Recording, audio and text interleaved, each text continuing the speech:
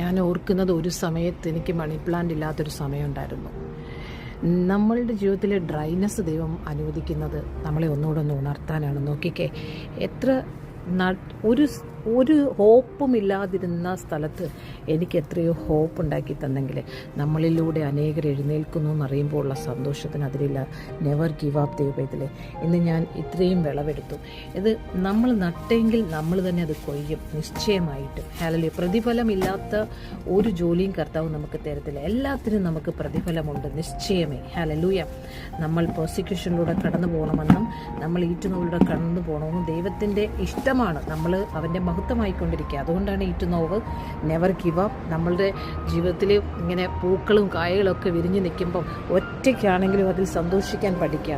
നമ്മൾ നട്ടതൊക്കെ നമ്മൾ വിളവെടുക്കുമ്പോൾ ആ സന്തോഷം അത് വേറെ ഒരു ആളുകൾ ഒരു ലെവലാണ് അത്. ഹല്ലേലൂയ.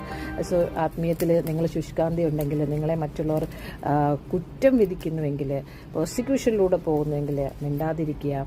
ആത്മഭാരം ദൈവത്തിൻ്റെ കരത്തിലേക്ക് കൊടുക്കുക. അത് മാറുന്നതുവരെ നിങ്ങൾ മിണ്ടാതെ ഇരിക്കുക ദൈവസന്നിധിയിൽ.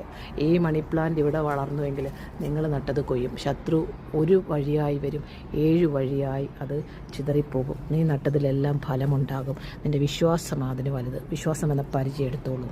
Never give up. Hallelujah. Never give up.